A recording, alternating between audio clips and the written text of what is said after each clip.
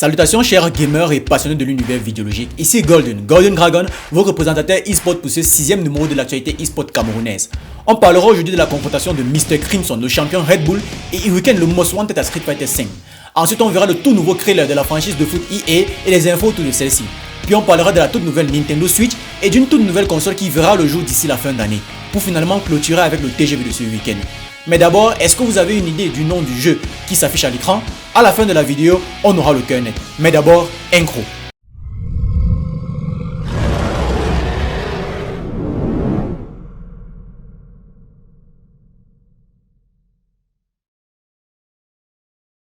A l'occasion du Wanted Street Fighter V, on a eu droit à un FT7 qui opposait le Dalsim français Mr. Crimson, champion en titre du Red Bull Commit 2021, au mythique joueur camerounais de Kami, Hurricane, le most wanted Street Fighter V, une tête d'affiche invaincue jusqu'alors. C'était un duel aux multiples enjeux. Mr. Crimson, qui avait un titre à défendre, tout en étant bien déterminé à aller chercher la tête de celui qui n'avait jamais auparavant essuyé une défaite au Wanted Street Fighter V. Le combat était accrochant jusqu'au bout. Hurricane, qui était très attendu, ne lâchait rien et ne faisait que sans cesse revenir au score. Mais c'est finalement le Dalsim du Pentagone tricolore qui a eu raison de la Camille de notre triangle national et est devenu le tout premier joueur à abattre Hurricane dans un Wanted Street Fighter V FT7 sur un score très serré de 7-6, tellement que le dernier round s'est terminé sur un double KO. Rien que ça. Oh, teleport away! Can't get much. Mr. Crimson with a slide under. One more touch. One touchy!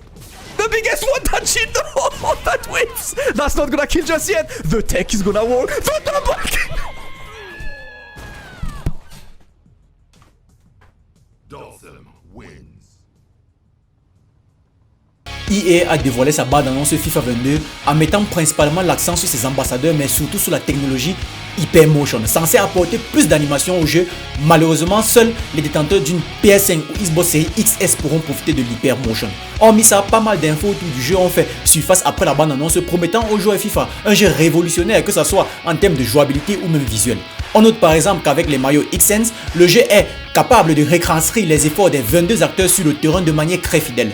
D'autres nouveautés comme la possibilité de créer son propre club dans le mode carrière ou encore plus de liberté dans la personnalisation de son stade dans le mode Club Pro étaient au rendez-vous. Les modes Volta Football Foot ont aussi eu droit à quelques améliorations.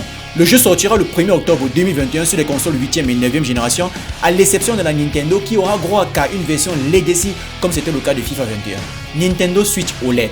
C'est le nom de la toute nouvelle Nintendo Switch. Pour ceux qui ont déjà entendu parler des télé OLED, savent tout de suite que le principal atout de celle-ci, c'est son écran OLED qui, comparé aux écrans LCD, bonifie les couleurs ou donne un rendu plus éclatant et vif. Mais c'est pas seulement à ce niveau que cette nouvelle Nintendo, qui coûte $50 de plus que la première version, a innové. On note par exemple un stockage de 64 Go contre 32 chez la Switch première du nom, un audio amélioré, un écran plus large, un stand très ajustable permettant de positionner sa Switch sur une table comme on l'entend, et la chance de se connecter par LAN pour une meilleure stabilité du réseau lors des parties en ligne. La console sort le 8 octobre et n'est finalement pas la version Pro proposant une résolution 4K comme les rumeurs prétendaient. Mais néanmoins, même si l'upgrade n'est pas finalement indispensable pour quelqu'un qui a déjà une Nintendo Switch, cette troisième Switch est une très belle affaire si vous comptiez vous procurer une Nintendo genre en fin d'année par exemple.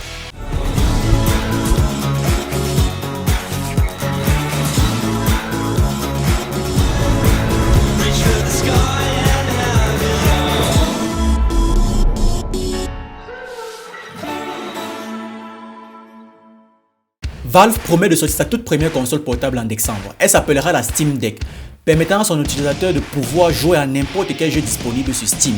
La console est même à la limite un PC puisqu'il est possible d'installer un système Windows 10 et l'utiliser comme tel malgré le fait que le système de base soit un SteamOS 3.0 plus proche d'un système Linux. La console sera disponible en 3 versions en fonction de leur capacité de stockage, de 64 Go à 512 Go en passant par 256 Go. Elle sera notamment plus chère que n'importe quelle Nintendo Switch et pèsera quasiment 2 fois plus que celle-ci. Alors qu'en pensez-vous? Réel concurrent de Nintendo ou potentiel flop de la décennie? Une chose est sûre, la fin d'année sera pas de tout repos, croyez-moi. Enfin, le dernier TGV a commencé par un duel fraternel. Falco, sparring partner ou disciple en devenir comme vous voulez de l'actuel champion du LoF affrontait son senpai et légendaire Bob l'éponge du TGH, véritable légende de la D2. Le match semblait être plié d'avance et effectivement c'était le cas, mais pas dans le sens qu'on croyait. L'élève qui dépasse le maître, le petit qui devient grand, la chute d'un god sont des thèmes qui nous étonnent plus gros en 2021. Bob qui se fait surprendre impuissant face à un petit frère qui fera de lui la risée de tous. Motivé par des ambitions de grandeur, le petit Falco a dû aller chercher au plus profond de ses entrailles les moyens de s'offrir cette victoire. Bob a prédit qu'il n'allait pas atteindre 5 victoires, mais personne ne se doutait qu'il parlait de lui à la 3e personne. C'est terminé.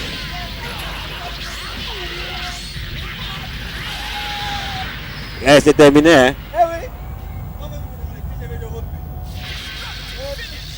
Attendez un peu, on doit vous entendre. Après la D2, c'est une confrontation au sommet qu'on a pu savourer sur un plateau Best Corp. Le champion en titre de la scène DB Fighter Z, l'homme qui poussera Bandai Namco à un effet tortue génial, j'ai nommé Kevankov, affronté du côté de Douala l'entité interdimensionnelle, le seigneur de la dimension noire, Dormammu le vice-champion du Love 3. Gameplay en face, manette en main, c'était de cette façon que le champion de Douala comptait bien prendre sa revanche sur notre champion et son grand-père immortel. Mais hélas, l'histoire s'est répétée pour lui et Kevankov évite in extremis de se faire surprendre une fois de plus par une haute sphère comme c'était le cas contre F0. Finalement, il sort vainqueur sur le plus petit des scores 19 et continue à sévir au sommet de la D1. Le réflexe est là, mon petit. Tu es dans sa tête. Tu es dans sa tête. C'est pas possible. Encore cette tortue géniale. Encore cette tortue géniale. Mais c'est quoi ça? Après ça, surtout dans une liste de tortue géniale. Est-ce que tu vois cette boîte? Est-ce que tu l'as vu? Est-ce que tu l'as vu dans Mamou? Ma fouba! Dans la boîte. Sniper Elite Croix est la référence en termes de jeu de tir tactique. Ceux qui ont vu juste, je vous dis tout simplement bravo. Le scénario tourne autour d'un tireur d'élite Carl Fairburn qui, à travers le jeu des studios Rébellion, se ferait un chemin dans les plaines désertiques du Sahara pendant la Seconde Guerre mondiale, avec pour objectif de contrecarrer les plans du Reich et de sa superbe arme. Avec comme arme principale un sniper, ce jeu de TPS action-aventure sorti en 2014 sur les consoles 7e et 8e génération vous fait vivre la Seconde Guerre mondiale tout en profitant d'une cam kill palpitante et diverse, vous incitant à faire preuve de créativité pour vous en sortir le plus simplement possible. Et bien c'est la fin et on se dit à la prochaine. Mais pour ça, faut pas oublier de vous abonner, liker si vous avez aimé, commenter si vous avez des retours et n'oubliez pas, ce que l'homme appelle destin n'est que le reflet de ses actes stupides. C'était la team TGH Legion et son correspondant depuis Winrook, Goldunji. Ciao.